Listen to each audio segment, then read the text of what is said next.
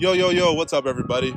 I know it's been a minute and I know you guys have missed me, but you guys know the vibe. It's your boy Aserspades here, as promised, with my guest co-hosts, Khalil Osborne and Don JP, to bring you guys a new episode of The Big Kids Living. For those who don't know, The Big Kids Living is a current event-based podcast where we speak on a number of different topics, such as music, sports, fashion, gossip, you name it, anything and everything you want and need to know. But we can't speak about current events without talking about the Black Lives Matter movement. And that's why today's episode is dedicated to just that. Today we'll be talking about what it's like to be Black in America, as well as giving you guys our first-hand experiences at recent protests, and lastly, giving you guys and doing our best to bring you guys key information about the upcoming elections, as well as why it's important to vote. Ladies and gentlemen, boys and girls, once again, we appreciate each and every one of you guys for tuning in, and we hope you guys enjoy the time we spend here together discussing these topics. So without wasting any time, let's go ahead and get into it. How are you guys doing today? I'm doing well. How are you? Doing pretty good, man. How about yourself? I'm good, man. Thank you for asking. I'm good. Actually, no, I'm not just good. I'm blessed, Black, and highly favored. Y'all feel me? I agree. Yes, sir. Yes. And that's kind of one of the reasons we're here now to talk about the Black Lives Matter movement. So with that, let's just go ahead and get right into it. But to talk about the Black Lives Matter movement, I feel like we have to not even explain, but just express how we feel, our perspective on being Black in America.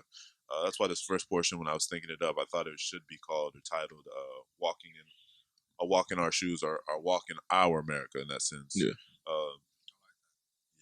Just a little quick brainstorming. But honestly, so I think we should get started. Anybody want to go first, or? I mean, I saw something recently regarding like how, kind of put in perspective how it felt. Yeah. And it's like kind of walking in fear. Like, you're worried about, you got COVID and everything going on now, and you walking in fear and, becoming sick, this, that, and the third. But it's like being Black is you walk outside in fear of being turned down because of your skin color. You walk outside in fear of being killed because of your skin color, or you get special attention because you're Black. You're born into this world being told that you have to be exceptional, or you'll be ignored. You know what I mean? Yeah. And it's not because if you're ignored, if you're not exceptional at your job, you'll be ignored because you're not doing a good job.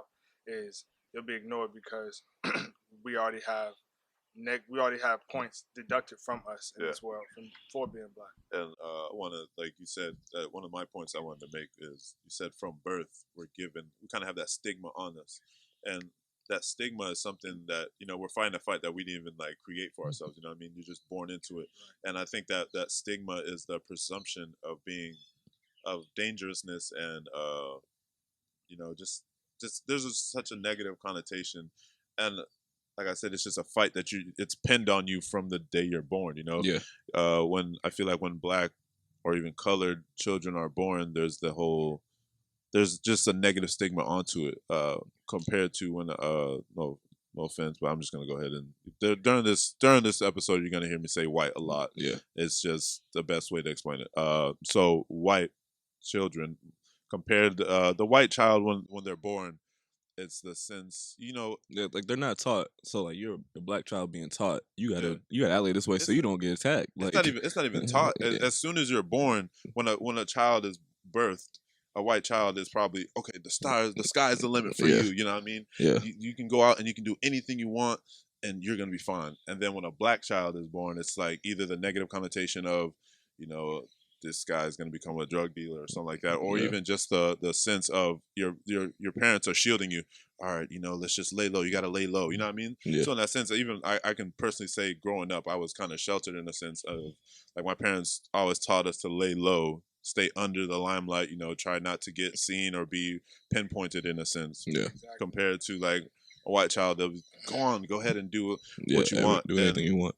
There was a quote, and it was, to be Black is to walk through the world and watch people doing things you cannot do. Yeah. And that hit home for me, just because, in a sense, legit, that explained my childhood. I was taught or grown to be under the limelight, and therefore I was watching people doing things that not necessarily I couldn't do, but I know if I do, my image wouldn't match up. Or it's gonna be a lot harder to even accomplish. Now, even just now, you see so many. There's simple things. For one, police brutality is going to be a subject, so I'll just go ahead and talk about it. Like, you see so many videos of just white people or white Americans can just have a discussion with a police officer, whether their voices are raised or whether it's in a calm demeanor, and that can go just fine, and nothing, you don't think anything about it. And then when you see a discussion or a video between a black person and an officer, it's a whole the demeanor is changed. Whether that whether the voice level is down or it's the voice level is raised, it's from the get-go it's a different feel. So just stuff like that, or even just walking into stores. You walk into a store and your eyes are pinned on you, you know what I mean? Even if you don't want to like notice it, there's now, like when you were younger you didn't notice it as much, it just happened. But now, like, it's right there, blatantly in front of you. You cannot not notice it. Whether you walk into an elevator and people just start nudging their stuff, holding their stuff closely, walking out down the street and the cheap of a door because you're walking by. You know what I mean? So it's just stuff like that. Having a phone call with anybody and then putting your voice on. Yeah. And that's another. I feel like another topic we gotta hit like during this, so people understand. There's, we call it code switching, and I think a lot of people don't understand what code switching is. Code switching. I'm gonna say this: there's a difference between code switching and cleaning up your speech. Yeah. And a lot of white Americans, I've had this conversation with people, and they're just like, "Oh no, that's not code switching. That's just cleaning up your speech." But there's a difference. Cleaning up your speech, I'd say, is like omitting words, whether it's like cuss words you would use or just slang you would use. You know what I mean? I can understand that as cleaning up your speech. But code switching, if I have to change my whole octaves, I have to change my posture, my demeanor, just so you can feel a sense of comfort, like a sense of comfort. That's code switching, and it happens a lot in the Black community, and it happens for survival, or just to get by in society. You know what I mean? I don't even. I can tell you now. I code switching is so normal for me now. I don't even know when I'm using it anymore. Yeah, it's come second nature. Yeah, it's really because like I've noticed it a lot with. So I'll say I'm African American, born and raised. My heritage. Side note, my heritage I don't really know for the most part, but for the most part I know it's American. You know what I mean? Yeah. But code switching is such. I see it like more prominent in honestly Haitian culture. Anybody that's not African American, whether African, then came here, or Haitian, then they come here. It's like code switching is much more prominent. The push to fit in with white people is much more prominent when it comes to culture such as Haitians. Yeah. And going back to like speaking about like privilege and everything, and how you said like clutching your purse and stuff like that in the elevator. I recently watched a video, and it was Tiffany Haddish, Kevin Hart, and some other lady. But she was white, and she was like, "Tell me something that to gain an understanding that white privilege." And she was like, Tiffany Haddish spoke about. She said to be upfront with you. Your heritage. Like Khalil, you spoke about it. You said like some people know their family seals and stuff like that, the bloodline. And it's like one, I don't know that. Yeah. Like, to figure out my DNA, do this, that, and the third to find my heritage, I have to go put it in for a DNA test, and even then, I can't really trust that. You know what I mean? Facts. I don't know if I'm getting the descent of my slave master or my real family. Like, and it's just a. It's a touchy subject because, like, not people, you don't really think about it as often. Like, if you think about it, you don't know where you come from. Past your great grandmother, you might know 2 or 3 more generations, but beyond that, that's it. You know what I mean? And I feel like for me, it's different because my people, my parents and all that aren't from the States, or they're from Haiti. And with that, if I need to, I can actually get like a description of like, all right, so where do I come from? They can actually trace that back to their parents or our origin in a sense, I guess, since after, the revolt and we gained our independence, what I mean? But over here, even after we gained our independence here in the States, it was different because there was still, like you were taken from Africa, brought over here, you weren't even kept. Your original name wasn't kept. Yeah, exactly. You know what I mean? So like, there is no really a sense. Like, how will I know? Yeah. I don't even trust like this thanks to my mom. My whole paranoia with the world. Yeah. It was maybe I forgot her name. Honestly, I feel bad for this, but it was a black woman, and they used her cells to study stuff. Oh she yeah, I had do the remember rare seeing cells that they reproduce at a rapid rate, so people could, scientists could keep studying them.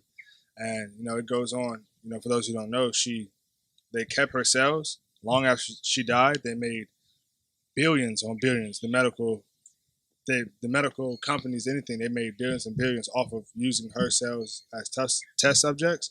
But not only did she not receive recognition for her cells, her family, much like her, did not receive any money or compensation for the money they made off of her.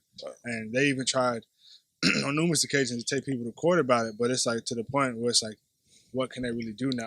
She's passed, so it's like you really don't have a say. And it's really kind of based on, the case isn't based on legality, if that's a word. That's a word. Yeah, but it's not really based on that. It's more so morals. Like, what I mean? It's facts. like morally, this deserves to be. Money deserves to be in their pockets. Morally, this needs to happen, and that's what's been going on. Like with the Black Lives Matter movement now, is morally these things shouldn't be happening. Like, all right, legally, the cop was in his right. You know what I'm saying? Legally, within paperwork, he was in his right to shoot him, but morally, there was no reason for him to be that afraid. Morally, there was no reason for him to pull his gun. Morally, there was no reason for this man to die. You know what I mean? So it's just, that's kind of just to run it back. It's just like, that's what the Black Lives Matter movement, it really is at this point. It's not really about legality and, we want compensation. It's morally, this isn't right. Yeah. We don't feel like we belong here. And I mean, when we go back to like our experience of what it's like to be Black in America, is that sense of we're getting that feeling like we're not supposed to be here or allowed to be here because of the judgment that's passed on, even from normal things that we do. You know what I mean? Just to go back to code switching, there's a space I call it the black space or the black window. When you meet somebody, I feel like in that first 10 to 30 seconds, you have to prove to that person or to that person that you're not what the media portrays you to be. You know what I mean? Yeah. And that's how Black you want to be. Yeah. Bro, exactly. And then in that sense, I feel like that's where code switching comes into play. You meet that person, and like I said, you have to. Impressions are always a big thing. It doesn't matter who you are. Yeah. But as a Black person introduced to anybody else in the world, if you don't feel like they're like you in a sense, you have to go ahead and make them in that first 10 to 30 seconds, make them feel comfortable and make them feel like that you're not what the media portrays. And that's where the code switching comes in. A huge part of the code switching comes in. I can't tell you how many times people walk by and they come into a conversation with me, and I have to like I said, in that first 10 to 15 to 30 seconds, I'm like, hey, how are you doing? Yeah. Everything fine? First 10 seconds, and then after a while, like I said, now I don't even know when that code switching comes into play because it's so ingrained in us. You know what I mean? To the point where you don't think about it, for one, and two, we're taught this, or it's given to us in a sense that we have to use it to survive. You know what I mean? I will say in a sense that there are a lot of white people who code switch as well, but their code switching is to let you're with you, or like to feel like, so you can feel comfortable. So in a sense, I can categorize that and say, when white people do code switching, it's more for comfort, to make you feel comfortable. But when a Black person, or when Black people in general, or the Black community does code switching, it's more for survival. But that's a problem in itself. I hate being around a group of my Black friends, and then there's a one white person, and they feel like they need to act like us to be comfortable. Yeah. You don't need to act like, be yourself. Like, what's the point of you trying to fit in with us when we're all just here? We're just here. Like, we're just chilling. Like, be you. Like, what's the problem? Like, but I feel like that's where the divide is in the country between Black and white people, to the point where white people don't feel comfortable being themselves around us. You know what I mean? To the point where they feel like they have to blend in with us. You know what I mean? If that makes sense. No, I get it. I definitely get it. But what is themselves also? They need to figure out their own culture and figure out what's really true to them too, to the point where they can actually find out a way to be themselves. Yeah. And it's like especially going off of what you said about how, white people, in a sense, they'll try to fit in with us. And it's like, it's prominent that you see white people stealing, trying to be like us. And it's like, it's like they want to be like us so much, but they don't want to come take the price that comes with it. Exactly. So it's like you said, just be yourself, bro, Yeah. and everything will work out. But we don't have that right. Exactly. We can't be ourselves. Among friends, that's the only space we can really be ourselves. And if we're ourselves outside of this, it's like, oh, well, there goes. He's probably like the rest, and Yeah. then you just become a statistic at that point. Yeah. Just, and that's why I feel like in a Black life, everything is a calculated move. Yeah. And I say that in a sense of from how you speak to what you wear is a calculated move. Yeah. Because when you step into a space, you're already getting judged by the color of our skin in a sense, or at least that's one of the hardships. Before you step into a scene, you can, like, as soon as you step in, you can see from people's facial expression, whether they want to show it or not, you can tell who's really okay with everybody and who's really gonna put up a front with you. And Yeah. I've experienced it so many times where I walk in and people in a split second they'll give me that look, and then they'll try to play it off or whatever. So when I'm saying everything is a calculated move, when you before you even go to a spot, if you know where you're going, in your head you're already thinking, all right, I gotta wear this, and this, so I won't be judged as this, and this. Yeah. Even though I know I could rock this outfit, but right. I know if I step into that space or whatever with this outfit, I'll automatically from the jump I'll get dismissed in a sense. You know, even that even goes into the fashion type of brands that you do wear. Period. Yeah. So I come in there with a Louis Vuitton bag, and I'm like, oh, this man Louis Vuitton bag is fake. But a white woman come in there with a bag, oh, where'd she get that at? Where's that from? Yeah, it's like. But so when I say everything's a calculated move, back to it, it's the whole package. Sometimes you have to put up a front at least to survive in a world that doesn't feel like it's meant for you to survive in. Yeah, I got it. Just like how you said, when somebody gives you that look, yeah, and you're like, okay. If I ever got being honest, if I see somebody give me that look, I go out of my way to speak to them. If I see them give me that look, I'll purposely walk by and be like, oh hey, you know what I mean?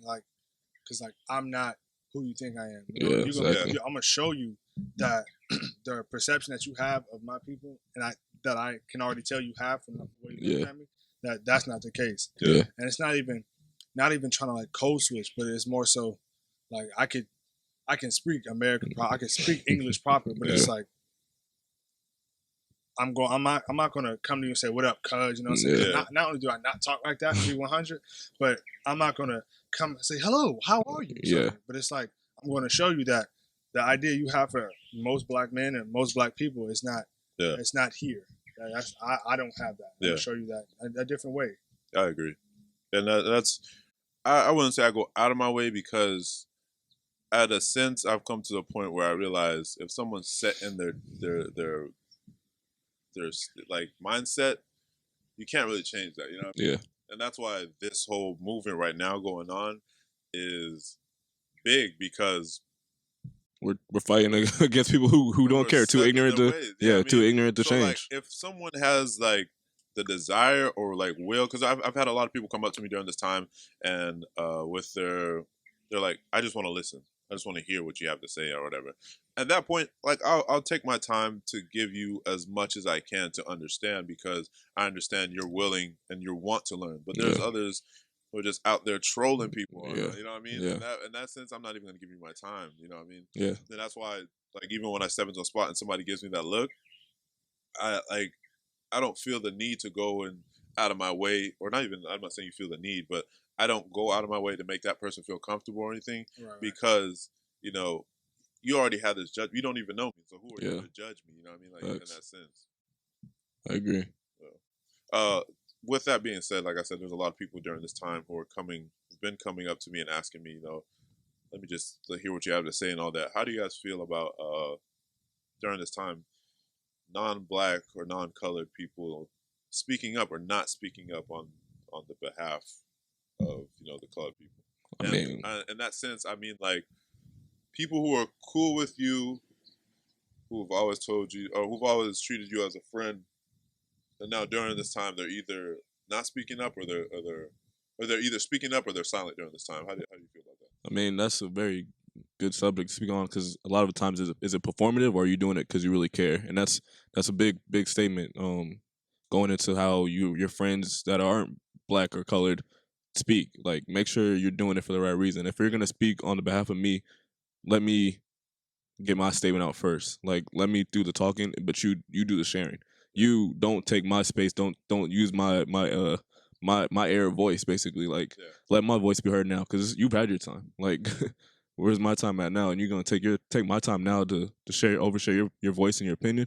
I don't. That's not what's needed. That's not what needs to be heard. My voice needs to be heard. So Honestly, in a sense of people like on like who are speaking out, I don't mind, because the reason I say I don't mind is because what I say or how I say it might not get to the people that who know you well enough to make, who probably are like dealing with the thinking about it like, oh, I don't care about this, I shouldn't care about this, and then they hear you speak, and that gets to them like, oh dang, this person feels so strongly about it, let me go ahead and find out more and stuff like that. So in that sense, I don't mind that.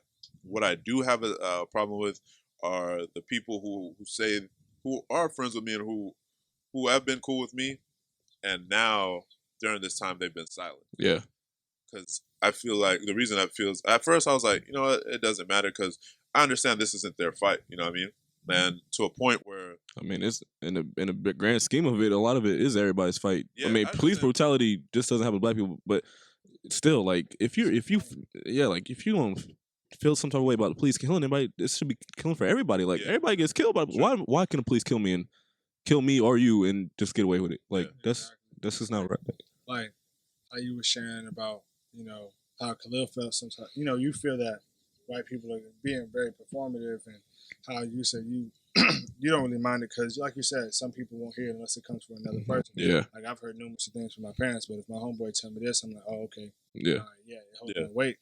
But like, one thing that irks my nerves is like, all of a sudden, all of my white friends, or the few that I have, but the ones that I really speak to, they feel the need to share me, like to share their, oh, this is how I know I have white privilege. I'm like, bro, I know this. Like, you don't have to tell me this. I want you to do something besides this. Like, you're telling me, oh, I know I have white privilege because of this.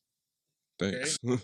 Glad. What's going on? It's like you were saying, like people being performative, or whether it's like heartfelt. Like, when I was at the first protest, it was a white guy in a helmet. Don't know why he had a helmet, didn't have a bike. He just had a helmet. And it was that's why it draws so much attention to him. When I was looking at him, and like he would lead the chants, but then once somebody else led the chants, he would do something to one up them. Like I think there's a photo going around. It's like everybody was laying on the ground in front of the courthouse. Yeah. He did that after he was overpowered. Everybody was like, all right, we're gonna chant something else. Then he was like, all right, everybody lay on the ground now. And he was at the front. And I was like, bro, like, it's getting to the point where it's like, you're just doing this because you don't really care. Like, you don't care. You just want to be seen. Exactly. I want people to know, oh, he's down with the cause. He's, this, that, and the third. And I'm like, bro, this isn't the time for this. Like, facts. This makes me even like not like you. Like, off the jump. Like, I'm already upset, because I'm already upset towards white people because of what's been going on, but not like as a whole, but just, just because of what's going on. Yeah. And it's like, I'm not acting on any of it. It's just, the way it is. But it's like, you doing this doesn't help the fact that, like, this doesn't help the way I feel towards you. Yeah, facts. Like, if you speak out against, like, speak with me. Like you said, let me say what I have to say, because I haven't been able to this whole time. Exactly. And it's like, I just can't, like, I can't let that kind of flow. You know what I mean? Like, if you want to speak out, speak. Yeah. But wait. Yeah. And it's really to the point where it's like, you see everything performative. You see white people breaking stuff, and then it's our fault. White people burn down that Wendy's, but it's our fault. Exactly. You know what I mean? Back to, like I was saying, for me, it's more of the ones who say they're cool with you and they're down, but in a time like this, they've been really silent. Yeah. And for me, I feel like now in a time for every black person, I'm not gonna say every black person, because I keep in mind everything I say here isn't the views or perspective of every black person. This is from myself, and these are from us, and maybe some people we've spoken to who feel the same way as we do. Just want to go ahead and clarify that. I should have done that from the beginning. But I feel like right now we're in a time where we really have to look around in our circle and think about, like, who is really down for us. Who is facts. really like, who really is in support of us. You know what I Yeah. mean? So for me and my circle, it was like, even now I'm still going through it, because a lot of the people that I considered really like supporters of myself, and I like, for me, I have a selective people. I'm really selective about who I keep around me in my circle. Yeah. So for now, during this time period, for all this to be going on, and I have a few people who aren't saying anything, who haven't said anything, or even had a conversation with me, is disturbing in a sense, because like, it's like, dang, if I were to go out and something popped off, like in a racial portion standpoint of, Yeah. like, are you just gonna leave me out there to fend for myself, Facts. or? And I understand not everybody is vocal, you know what I mean? So in a sense, I don't expect you to go guns blazing. I don't expect you to go out to every protest and be out on the front line. And a lot of people say, I don't know what to say during this time. It doesn't necessarily have to be your words. Yeah, you know what I mean? exactly. It could just be a simple repost of something that resonated with you. Yeah. And if it resonated with you, it can resonate with someone else. Get awareness out there. Sign petitions. Like, Yeah. damn, that takes 10 seconds. Bro. Exactly. And like, for me, it's like, you say you don't want to offend anybody. I don't know about anybody else, but for me, I'd rather offend someone knowing that I'm doing it for a good cause, especially in the cause of injustice, to correct that, rather than like offending people because I didn't, fight for injustice. You know what I mean? And what's offending about racism? Goddamn, like, if you mad about not everybody being treated equally, then maybe. Yeah. Exactly. Yeah. So for me, it's just like it's hard. It's not hard, because I mean, I can cut people off just like anything. But Yeah. just like I said, for me, having my small circle and having people who are just to not say anything, it makes me reflect on me. Like, damn, Yeah. I It's really like- slept up. Bro, like you said, like that's why I'm glad nobody's told me, they don't know what to say. You know what I mean? Like I don't know what to say. I've had that, but like, it was during the course of a conversation, and Right. where like I had to tell them, like, I don't like. I understand you don't know what to say. I'm not expecting you to have I don't expect it to be your Yeah. like. Yeah. I don't need a statement. novel. I don't Damn. need your Yeah. statement. I don't need a statement from you. I just want to know that you're with me in the cause. Yeah. You know what I mean? And so like, that's where I'm coming from with it. Like, I don't need you to publicize your direct quotes of, "Hey, let's fight for Black people." Like, I don't need that, because I understand. Yeah. Not everybody has the power, the vocal, like the words to express that. You know what I mean? Right. So something that resonated with you could be something that's resonated with someone else. And during that conversation, the person told me, I mean, they've had the conversation with their Black friends and all that. I mean, for one, this person, like, I really didn't consider them a friend. For one, like, I made it clear. I mean, I don't really consider you a friend, so I didn't mind that you didn't have the conversation with me. But like, I don't think anybody can stretch themselves thin enough to have that conversation with every Black person, or every, person in their lives that's Black or colored.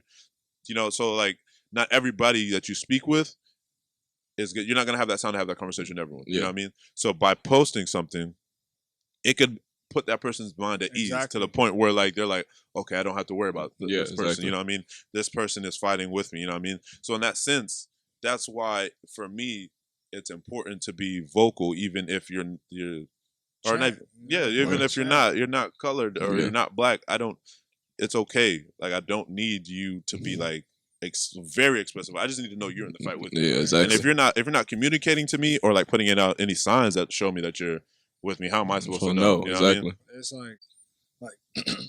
like for example, if you're driving down the street and you see a truck coming at you head first, you don't know which way that truck's going to turn, but you're going to do something. You're Yeah. going to move out the way. So Yeah. I'm not expecting somebody to say, they're getting hit with the questions. Oh, how do you feel about this? How do you feel about? I'm not expecting you to, like you said, write a novel and tell me, Yeah. well, my Black experiences or what I've learned from my friends. Nah, just be like, I stand with the cause. You're going to move a certain way, and whichever way you decide is going to let me know who you Yeah. are. And right now, like, they a lot of, it's a statement that's been said a lot of times. Your silence is really hurting more than it is helping. You know what I'm saying? Standing on the sidelines isn't helping anybody. Exactly. You know what I mean? Especially big businesses, big brands going into the same thing. Like, I love that you posted a picture on Blackout Tuesday, but goddamn, that really did nothing. And that's another problem I had, was, like you said, a lot of it is performative. Yeah. So a lot of these people who are silent from the get-go of all this, Black Tuesday came around and they're posting. Now they're posting. You know what I mean? So now it's like in my head, it's like, okay, were you really down with it Yeah, for exactly. me,